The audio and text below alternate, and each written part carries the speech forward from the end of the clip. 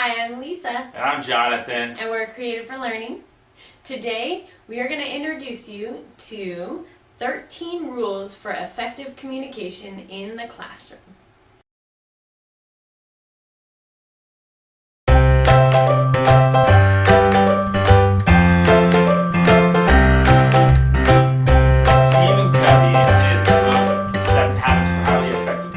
Said that communication is one of the most valuable skills that humans can have. And this would include us as teachers and our students. So we want to introduce you to these 13 ways to communicate.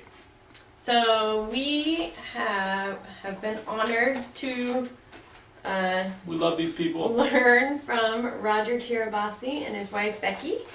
And he has 15 rules for effective communication for couples, and we were thinking about it in connection with the classroom and how just a lot of the rules go for daily life, just in the classroom and just in general life. And so Jonathan and I kind of talked over ways that you can switch it for the classroom. There's also an app on your iPhone called Cool Tools for Couples that you can get if you want, and they have a website and stuff, and we were just grateful that we have learned from them. Yeah, so we talked to them and said, hey, is it okay if we take your ideas and share them with people for education and for teaching and for students? And they said absolutely, just tell them about that cool stuff, and so we will. You can find the link in the comments. And so here we go, 13 rules for effective communication in the classroom. Rule number 1, never use never and always. You just said never. I did. But don't use the words never and always. And here's why. Because they're not true. They really aren't. And even if you think they're true, just assume that they're not. And see, what we're doing with this is like, you never listen. And so if you were to say that to me back when I was a student, I would immediately ignore everything else you say and start thinking for the times that I do listen, and then I prove you wrong, and then you lose credibility, and then I stop listening. Now, your idea that you were trying to say is that I often, more times than you care to experience, don't listen. But saying I never listen is just actually a representation of your anger and not of my truth. And so you want to use the truth. You can use never and always when it's a positive thing, even if it's not true. You're always listening. They're not gonna shut off on you. They're gonna go, ooh, thank you for telling me I always listen. Even though if they thought about it, they would go, I don't actually always listen, but I appreciate that. But they're not gonna spend their time thinking about the times they don't listen when you positively affirm them, but they will spend all of the time thinking. So just don't use never and always in a negative way at all. Actually stop and say the truth. A good catchphrase is actually something like that. More times than I care to experience, or often. You could say often, and that's true. So we just want to say the true words and not fire up our students with anger. Number 2. Then the second rule for effective communication is we will not use you statements. Things that start with you, because it's like a finger pointing. You are always. Here, do it to me so they can see. And then it's breaking rules. Yeah, if you say you are always, that's 2 rules, and that's terrible. So do it to me. I can't.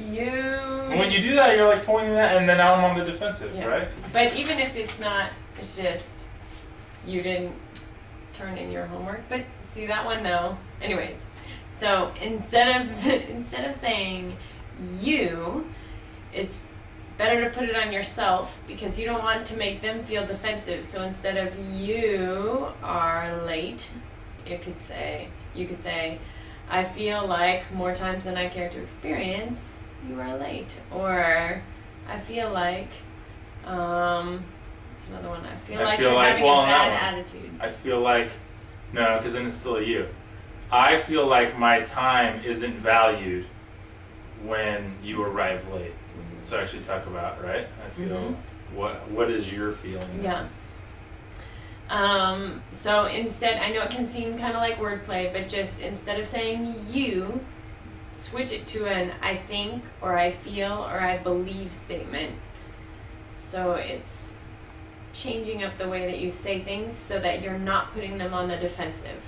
The goal is to stay on the same team and not be against each other. So you don't want to be putting them in the defensive. Number 3. We will not name call, label, or belittle. And so this speaks to saying names about a person, whatever they are. We use them all the time. It's just it really puts people on the defensive again and makes them want to stop listening to you. So words that we've heard our students use that are name calling: dumb, idiot, what are you, deaf? You know, those kind of words. Like, why can we stop using insults connected to people with disabilities? That'd be great. Our students use words like homo, fag, nerd, geek, dork, freak, klutz, goth, jock. Like, the list is endless. They'll basically use anything that's personal to anybody to name call. And then for us teachers, how do we use name calling? We might say, you're so slow, you know, about students who are actually really careful, you know, or you are so loud. We use adjectives, but then they really internalize that as like their identity. And so if we're going to use identity words that are connected with names, let's use positive ones, right? And then we can encourage our students to do that as well, so they'll live into positive identities. Number 4.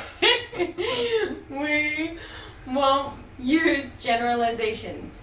So, a generalization is just something vague, like, you never listen to me.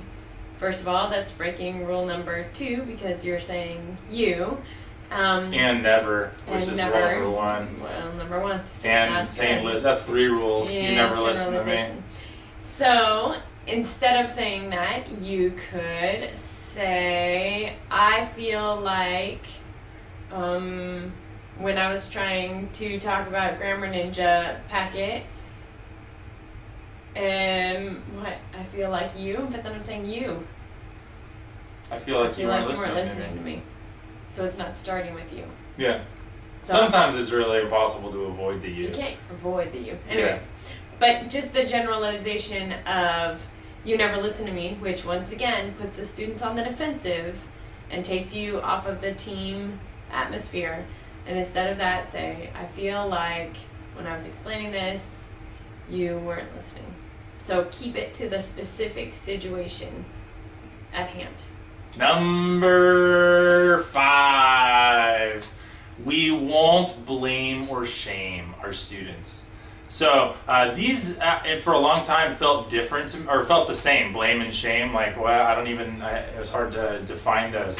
But blame and shame, they're phrases that make someone feel way less than they are, right? And so I'm going to give you some examples of how blame and shame could look for students. So for blame, we would have had more time to review if you'd been listening. Why is that blame? Because we're taking the guilt of our situation, blame's connected with guilt, and we're putting it on them. See, it's not my fault that I didn't plan the day well enough. It's your fault because you took away our time, which might be true, but we don't want to blame them. We couldn't get to the fun part because you weren't following directions. I said it 3 times, ask someone who was listening. That used to be one of my favorites because I thought it was clever. Ask someone who is listening. It makes them feel like they're an idiot, but then it makes them also see that other people were listening. And it's like, but I needed to try to come up with another example. So those ones, they're blame. They try to pass the guilt on to the student. Shame is really like trying to get them right to the core of their identity, right? We do this when we shame students when we correct their behavior publicly. Right? Would you stop talking again, or something like that? Trying to make them feel, we're trying to like smush them in front of everybody. If we let other people see their grades, if they're bad grades, if we hand out detentions or referrals publicly, fine, and then we go to the desk and get the referral and fill it out and slap it on their desk or whatever. We're just out of control, right? But that's in those moments, we're putting shame on those students. If we call out to another student to cover their mouth when they sneeze, right? I mean, yes, they should be doing that, but do we need to shame them, right? So any way that we're like putting and trying to like make them appear as less in front of everybody else and make them feel like less, those are shaming words. So we don't want to blame or shame our students. Some people talk about, though, how isn't it okay to have a little bit of shame and blame to help keep people in line? Like what kind of in line? That just making them do what you want them to do. Isn't there a way? See, I feel like that could happen in person, but they're already going to have some if you tell them the truth. Yeah. We don't need to like publicly tear them down. Yeah. We could publicly call them higher. Mm-hmm. Without like calling out that you are a respectful person. This is not a respectful thing. Let's do this. Like when my kids would use the word retard, going back to another name calling one, right? Mm-hmm. Let's not use the word retard. Like really, let's go down the hallway to the RSP class, and you can then use the word. You're not going to use the word in front of those kids. Like let's I know you're better than that. You would never say that to those people. And so can we all be respectful of everybody? Like there's a way to say it that's not shaming, right? But it's when we purposefully like corner them and go, I'm better than you, you're worse, that makes them feel shame. And a lot of time that's out of our own anger. Yeah. Doing that. Mm-hmm. Number 6. We won't criticize. So one of the themes you'll notice with these is that we're trying to stay on the same team and make sure that we aren't putting people on the defensive. So criticism puts people on the defensive. One of the ways to do it, or not do it, but just one of the ways to communicate is to try and affirm much more than criticize. There's so much negative that we hear all the time. And so when you're talking to students, even if there's something that you need to help change or discipline, it's good to try and think of an affirmation first before you drop the bomb on whatever it is negative that you're trying to say to them, so that it keeps you guys on the same page. So we will not criticize. So an example? Yeah. An example of student didn't bring his homework to turn in. Criticizing would be... You never turn in your homework. Late homework again? Late. Can't you turn it in on time? So that'd be criticism. The tough part is so often it's hard, like for at the beginning, it's hard for us because we so rarely affirm, but you have to look for the affirmation. What is the affirmation in that? I've seen that you've turned in your homework 2 days on time this week. So this is a late day. Can we get it in on time tomorrow? And then that's way different than you've told them they did it right twice. If they haven't done it right at all, you have to find another way. That's what I was thinking. There's always a way to affirm people, though. Always. Always. It might test your critical thinking skills. It's difficult sometimes. You can do it. Number 7. We won't lose control. That was me losing control. And typically we refer to this in connection with anger. Anger is really the one where we're going to fly off the handle at a student and lose control. There's nothing. I mean, if you remember when you were a student, did you ever do something on purpose to try to make the teacher fly off the handle? Because then you say, like, did you ever? I had friends who'd walk out of class and go, "Dude, we just saved 15 minutes. We got the teacher off on that tangent for 15 minutes." Like, they know how to derail us. And it sounds like she never did that or had friends who did that. I don't know if I did that on purpose. I did it on accident sometimes. But I had friends who would purposely do it. Like, we're going to go in, like, let's talk about this today, which will really get them riled up. And then, yeah, so you've got to stay in control. You're the more mature one. And so you have to do this. So we just can't get angry. We can't yell at the students. yelling, they know they won. And even if you think you won at that point, and maybe if you feel like you did, they're not on your team anymore and they're not listening to you. You can't go like wind that down and now teach them. They're totally defensive and they've lost respect for you. Just losing your cool, it doesn't have really any positives except for those minor few moments you feel like you're in charge and you finally fixed it. But you actually didn't, right? We know that the truth of that afterwards. So don't lose control. Can't do it. Number 8. We won't make demands. So there's this politeness that really makes the atmosphere of your classroom quite enjoyable, and we want our students to treat us politely. So it's really good if we treat them politely and remember to use things like please and thank you. So instead of just get out your books, it's please take out your books. Or like another example, remember one of the goals with the communication is to make sure that we are not provoking our students to anger or like trying to stay on the same team. So instead of saying your desk is a mess, clean it up, you could say something like, does this desk look clean or dirty to you? How is it best to keep your desk so that you have a place to work? What's the best working environment for you? Do you see any pencil shavings by your desk? Do you see any trash that could be somewhere else? But just the general idea of instead of being demanding, to ask and try and keep things on a more polite level. And then if there's an emergency situation though, like make sure you're using whatever quick words you need to keep people safe. So you don't have to pose it in a question. Do you hear a fire alarm? No. Yeah. Number 9. We won't use threats. Right? Just stick an if at the beginning of a sentence and then a then in the middle, or a you'd better at the beginning and a or else in the middle, and we've just switched from anything else to a threat, right? So if you don't sit down right now, ...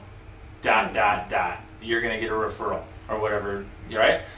You put that phone away or else ...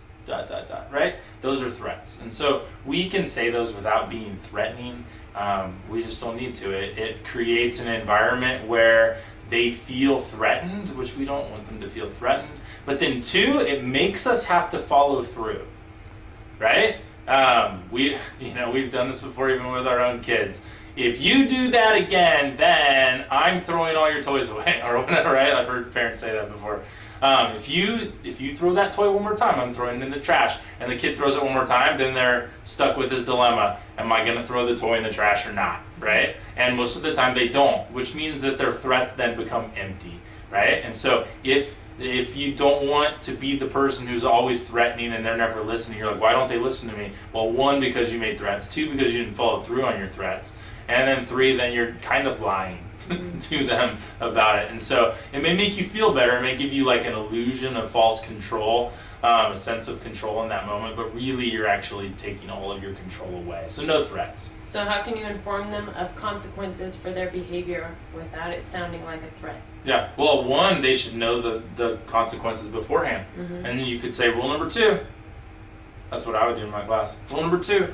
And then they have to look. Oh, so you're not saying the effective rules of communication, but the ones No. in the class. In my classroom, I'd point up to my classroom guidelines, and then they look and go, they see the rule is disrespecting your fellow students, and then they know the consequence, and it's their choice. Or I even could ask, like, what happens if you use your phone in class? And then they say, we get it taken away.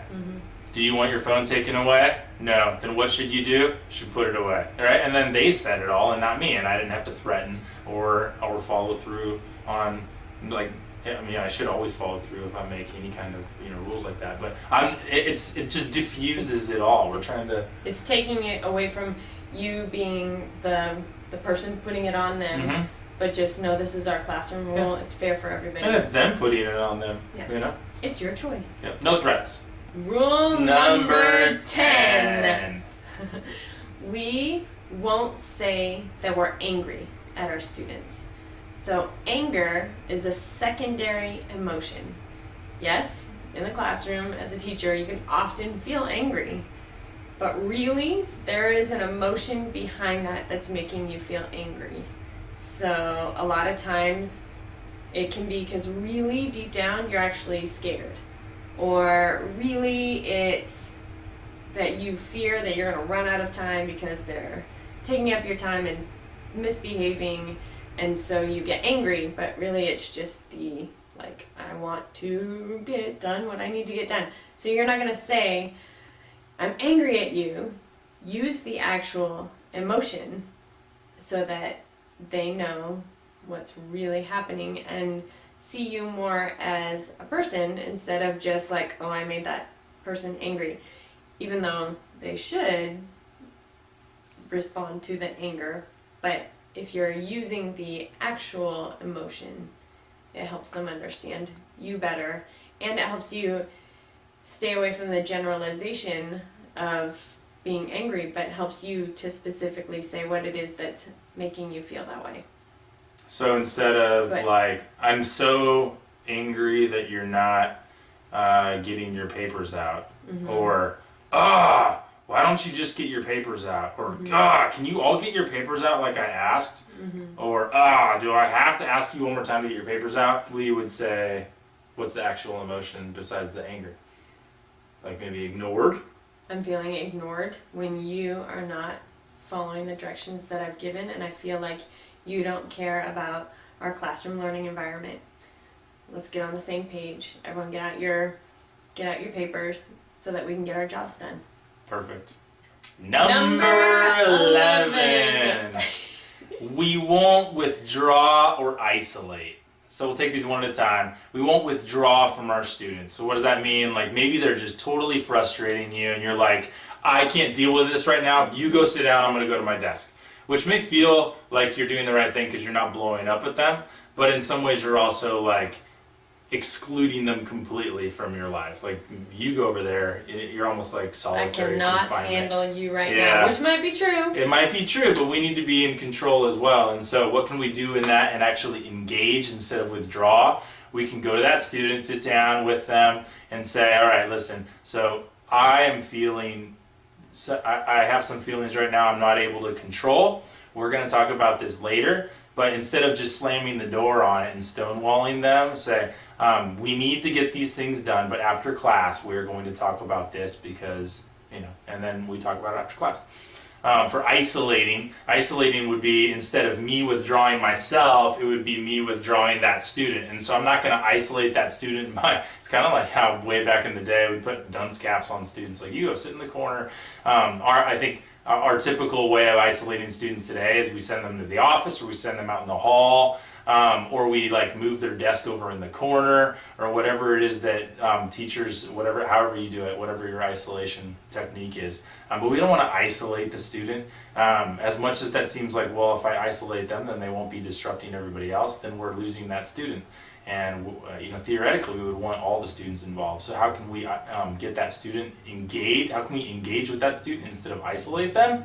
This is a tricky one, but it would be sitting down with that, going like eye to eye with that student, saying, how can we make this work? And trying to include them in the solution. How can we make this work? What do we need to do? What do we need to set up right now for you to succeed today? And eventually they may not ever want to do it, and maybe eventually they do need to go to the office or something, I don't know. But we need to not withdraw or isolate as our first or second or third option, right? We want to try to include all the students. Sometimes the office is the fitting consequence if you've already got it set up as that. Yeah, that's true. Rule number 12. We won't speak or interrupt until we have completely listened to our students. So I know for some of you, you might be thinking like me, there's only so much time in the classroom period or during the short amount of time that we have to teach. So sometimes kids will just ramble, but it's important to make sure that students feel heard because we don't want them to build up resentment for not feeling heard over and over again. If we're just constantly cutting them off and not listening all the way, they won't feel like you care about them or you respect them. And then the whole mutual respect thing is kind of hard to get. So try to listen to them all the way through. If they're a punk student, am I name calling? Anyways, if they're one of those students that's just trying to get you off track, then you can respectfully say, like, I don't want to seem rude right now, but I'm going to need to stop you, and if you want to talk about that with me after class, that'd be great, because I'd love to hear it, but right now I need to stay focused. So just to respectfully cut it off. But if it is sort of on topic, it's important to listen to them and hear their idea, and then answer back. What I hear you saying is to make sure that they feel heard, so that they feel respected, and that you can keep that mutual respect going. And what if we find ourselves often saying, that's a good point, but right now we need to stay focused? Then maybe we are interrupting. We're not letting them talk. Mm-hmm. Right? If we're often doing that, I bet our students don't feel respected and heard, because we're often cutting them off and saying we need to stay focused. Probably, but if they're constantly trying to derail you, I guess it depends on what their topics are. Yeah. And maybe, I know for myself, I've built in time to allow them to be heard when it's appropriate. So you're intentional with your class planning? Yeah. But then your classroom was set up a lot on discussion and talking about ideas and things like that. Yeah. So that's important. Yeah. And you can always ask them questions too, to get them back onto the topic. True. That is a way to interrupt without with them still being heard. So what I hear you saying is, and then you say what they're saying, and you can cut off the second half of their sentence sometimes, and then they go, yeah, and then they feel like they were heard. Got it. And our last one, number 13. We won't make stuff up, aka when teachers lie, right? What? And teachers lie? Yes. I've seen it as parents. We say things to them as exaggerations so that they'll listen to us and it gives us credibility. But really, we're actually, once later when they find out that it's not true, we lose credibility. So an example of this, we were thinking, like, where's an example in teaching? Here's probably the biggest one, is we tell them that stuff is going to matter when they're grown up, right? We lie to them. We say, oh, this algebra, it's really going to be important for you when you're grown up. You're going to use it all the time. And deep in their hearts, they're kind of already questioning that. No, I'm not. I've heard from my parents. I don't use it. Like, math's not going to matter. And so what we need to do is correct that so that we can have credibility and so that we're not lying. So tell them the truth. When is algebra going to matter? Well, for most of you, and we tell them. And then for some of you, and then for all of you, and we can tell them the truth about it. In English, I can speak for English. When is this dumb MLA formatting going to matter? Right? And so I can be honest with them. This MLA formatting is important for when you're publishing. Right? You need to know how to do this for when you're publishing. Most of you in the future are not going to publish essays and reports, and you're not going to do that, right? You're not going to be publishing blogs or journalism. Most of you. Some of you will, and this is the foundation.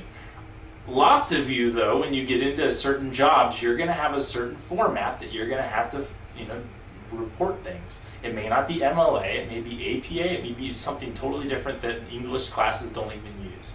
And so part of the value of you doing MLA, and then I walk them through, so then they go, okay, he's not just blowing smoke at me, that's real. And then now they're more with me. And then, one of the other things is, I've had to say this before, I can't think of an example of you going to use this as an adult.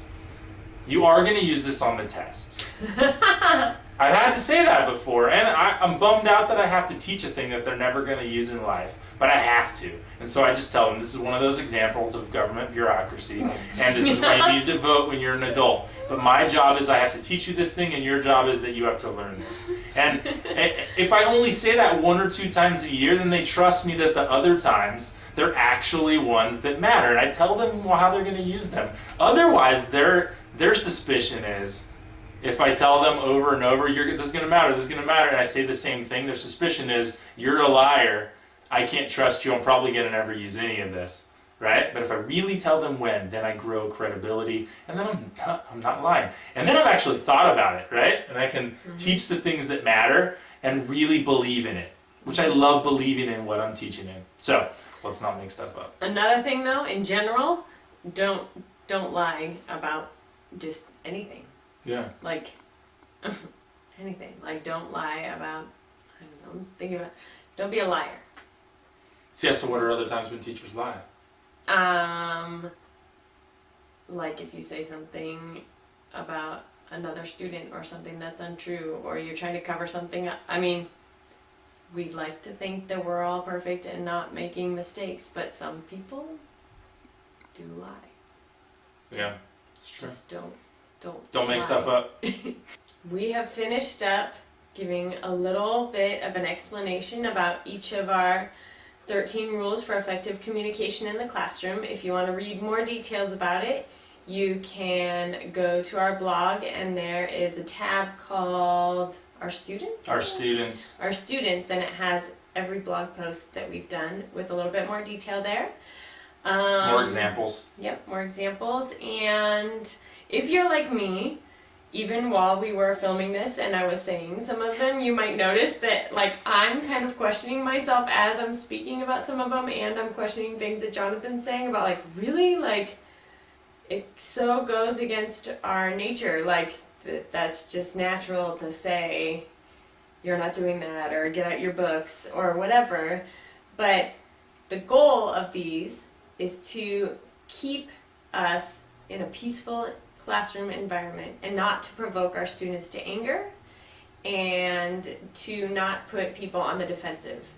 So, all so that we can effectively communicate. correct. Yes. Right? When people aren't listening, when we're not listening to them, they're not listening to us, we're not communicating. Yeah. When somebody's angry, somebody's defensive, somebody, one of those, we're not communicating. And it's really important in the classroom to be able to communicate, because we need to get across what the students need to learn, and we need to help them learn what they need to learn.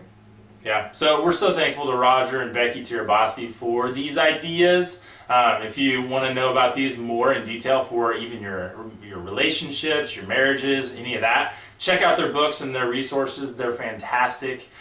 So our conversation for the day, which of these do you agree with or disagree with, and why? Let's start the conversation. Thanks for being here. Subscribe, thumbs up, all of that, and keep being awesome.